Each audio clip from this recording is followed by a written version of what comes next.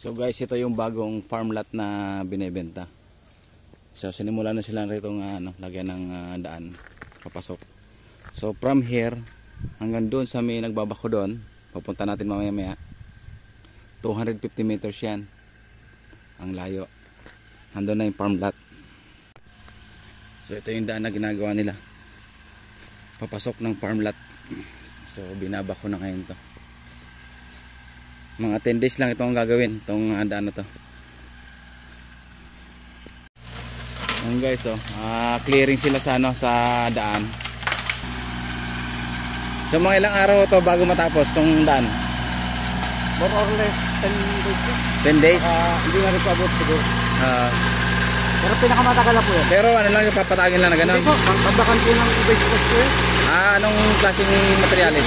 Yung mga bato po. Yung may mga bato. Ako po talaga pangkarkada. Para di siya maputik ano?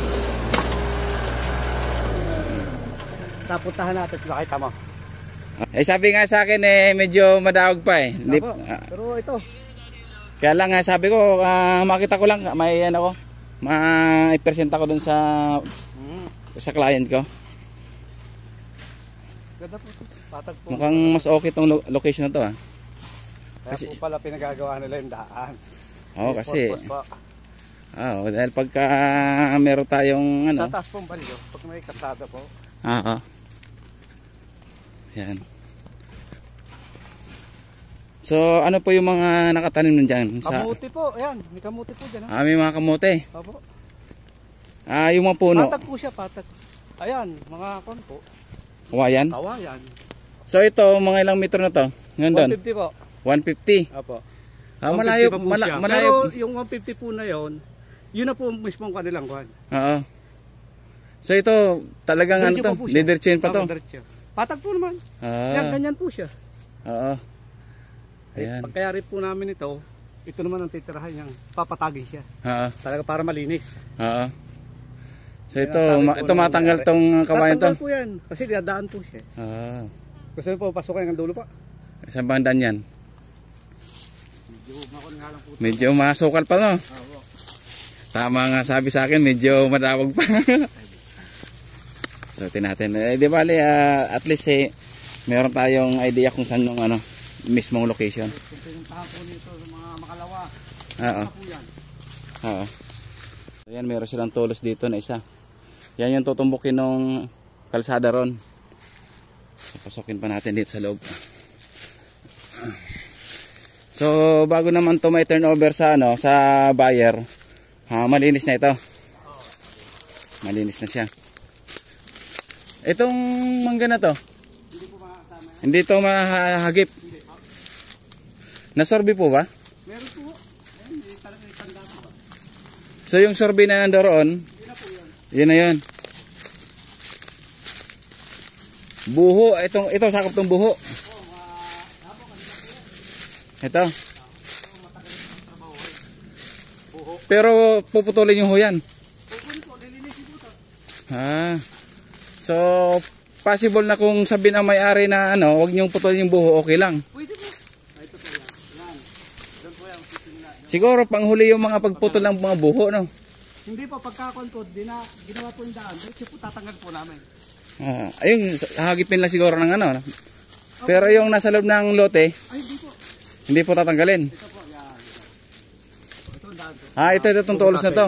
Opo, yan ang diretso. Yan. Opo. Hindi pa paano yung Papunta po doon. Papunta po ron. pa ganun. Tapos, kaya po yata magkahati po yan. Ito po dito, padaan po yan. May daan. Nalagyan po ng daan. Pero didiretso pa rin po namin yan.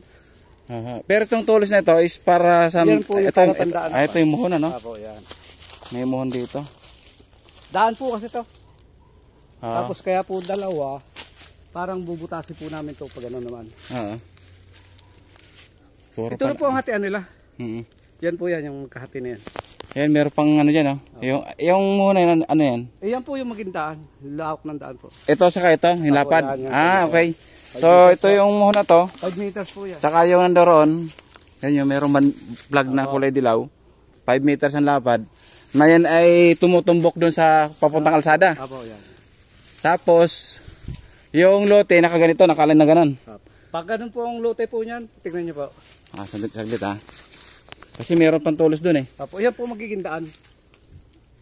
Okay. May daan so, po diyan, may daan pa ganito. Ito yung, ganito yung itsura na yung lote, yung korte niya, nakaganon. Diretso pa ganyan.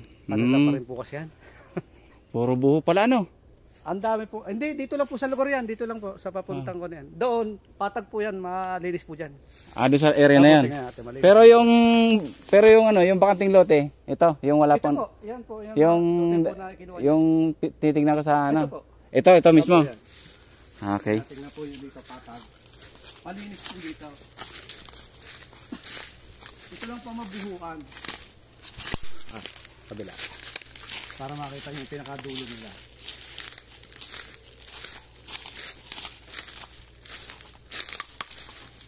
So yung apat na muhon dito, ayan. Ito yung parang center line ano, ng kalsada? Opo, yan ang kalsada. So ito. Tapos, kaya yan hati na ganyan, bubutas sa mga pag-ganon. Ito, pag ito. Opo, yan. So kalsada rin ito pag ganyan. Kalsada rin dito pag ganon. Parang nag-liter T na kalsada. L lang po, L. Liter L.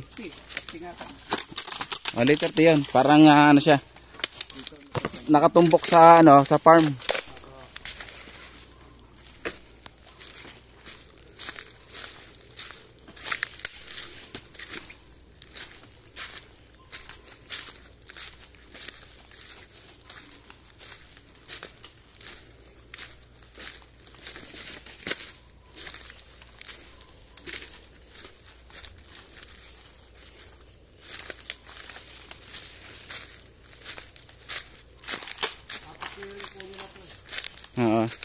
Siguro mga 10 days malinis na ito. Improvement na po. May improvement na. So babalikan ko to. 7 days na po. Pwede na po. Ayan, hanggang dito lang po sila. Yung dolo. Ito po ang dulo nila. Yung dolo na yung may tulos na yan. Ayan, patag po. Tatangin na po ito. Ganyan din po yan. So itong dalawang tulos na to. Hanggang dito po. Hanggang diyan lang. Daan. Tambakan namin to, daan. Sabihin itong na to. Yan po. Itong muhon na to. Tsaka yung muhon na yan. Ito yung kalsada pa ganun. Apo, yan. Tapos Ang lupa po nila. yung lupa. Yan ko, saan po nakakon yung pinakakuan? Ito, sulok po yata kayo eh. Sa dulo. Yung daan po niya. Ito na yung pinakasentro. Kanto. Apo, ito na ang lupa nila. Ito yung lupa. Okay. So ito yung muhon na to. Papunta riyan. Ito yung lupa. Yan. Kanila rin naman po yan sa kapatid. Ito. Sa kapatid nila. May muhon po ba rito? Nasa dulo na po yan. Sunduan po nila. Doon sa lote merong merong marking yun eh. Apo. Nando po yan sa baba. Yung mga sunduan. So yan. So medyo talagang hulo na to eh, hulo. Pero mabahay po dyan. May mga bahay dyan. Mabahay po dyan sa dulo. May daan tayo dyan pawi dito? Kuryente po yan. Ha? Kuryente po dyan. Doon naman yata sa kalsada mayroong kuryente ron, ano? So yan guys. Doon. Papasok dito sa may mga kawayanan, buho. Wala, pinakapatid-patid dito. Yan. Patag siya, no? Patag po yan. Saka mukhang mataba yung lupa. Ay, napakaganda po ng lupa. Mataba yung lupa, no? Ako. Dito na po ako lumaki. Tsaka maganda yung kalsada dyan, ano? Kailan lang po nagawa yan? Malapad yung kalsada ng simentado. Wala po kasi yan eh. Parang wala rin po sa hindi na farm to market rin po eh. Parang wala rin po siya. Kasi lulusot po ng diwa yan. Ay pagka ako lang siguro pumasok dito, bakit ako makalabas Maliligaw na ako. Hindi po, tumigaw lang po kayo.